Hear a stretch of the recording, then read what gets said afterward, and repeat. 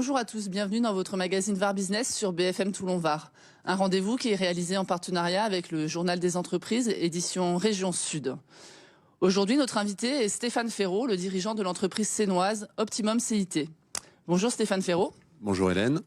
Chez Optimum CIT, une entreprise qui a été fondée par Elisabeth Joubert-Tex en 1982, vous éditez des logiciels dédiés aux opticiens et audioprothésistes et vous comptez aujourd'hui plus de 3600 clients.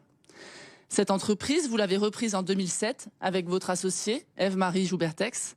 Et en 2020, en pleine crise sanitaire, vous avez enregistré 46% de croissance et en 2021, plus de 20% de croissance. Alors dites-nous, quel est votre secret ?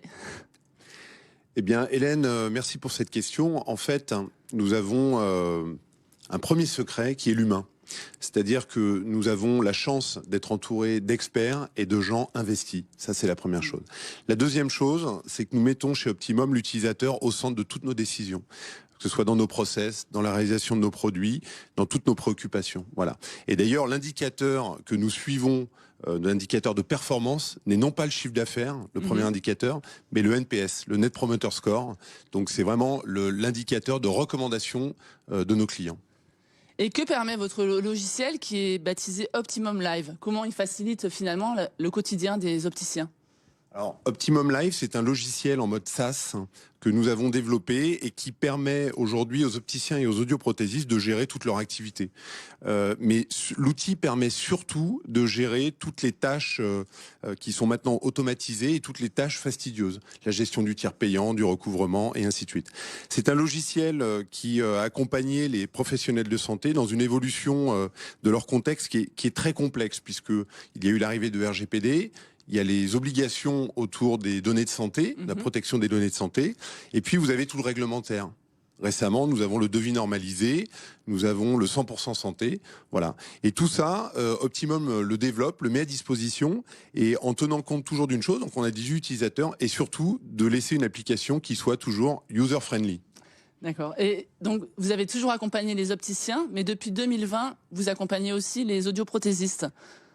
Oui, alors effectivement, nous accompagnons les audioprothésistes et pour ce faire, ce que nous avons fait, c'est que nous sommes rapprochés, je dirais, d'une entreprise qui était leader sur son marché, une entreprise qui développe des logiciels de gestion pour les audioprothésistes, la société IPA avec le logiciel Dynamic Audio.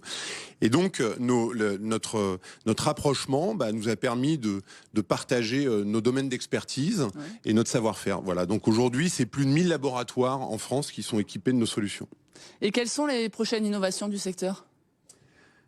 Alors bien entendu, je ne vais pas pouvoir vous les révéler parce que les innovations concernant Optimum, mais nous avons entamé de grands chantiers. Il y a quelques pistes. Voilà, il y a quelques pistes. Et ce qu'il faut savoir, c'est que notre préoccupation, c'est de simplifier la vie des utilisateurs.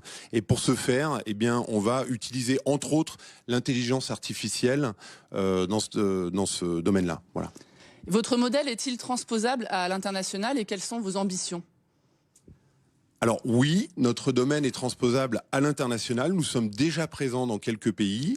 Pour autant, notre priorité court terme est avant tout de stabiliser notre forte croissance en France et de prendre une place de leader qui est largement à notre portée. Nous avons des projets très ambitieux. Donc pour l'instant, les zooms sont plutôt sur ce périmètre-là. Et cette croissance, donc, elle repose essentiellement sur des ressources humaines. En 2007, Optimum employait 6 personnes.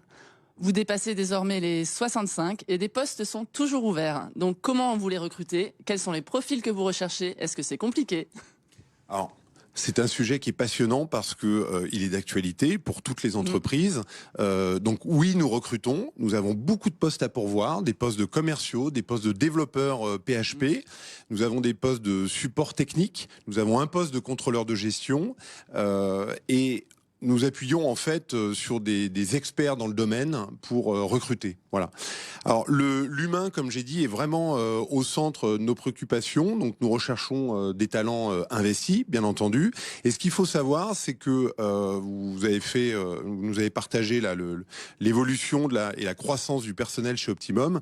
En fait, aujourd'hui, notre comité de direction et nos managers sont tous issus d'Optimum.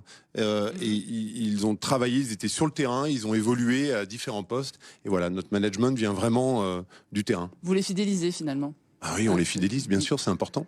Et en début d'année, justement, pour fidéliser encore davantage vos salariés, vous avez doté votre entreprise d'une raison d'être. Quelle est-elle? Comment elle a été définie?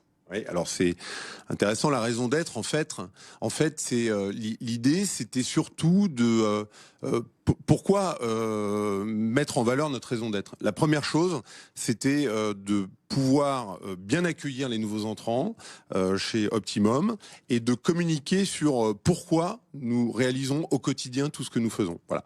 Donc comment ça s'est fait? En fait, nous avons réuni les managers historiques et une animation avec quelques consultants experts dans le domaine nous a permis de mettre en lumière la raison d'être que nous avions sous le nez, finalement. Et la raison d'être, eh bien, c'est le bien-être.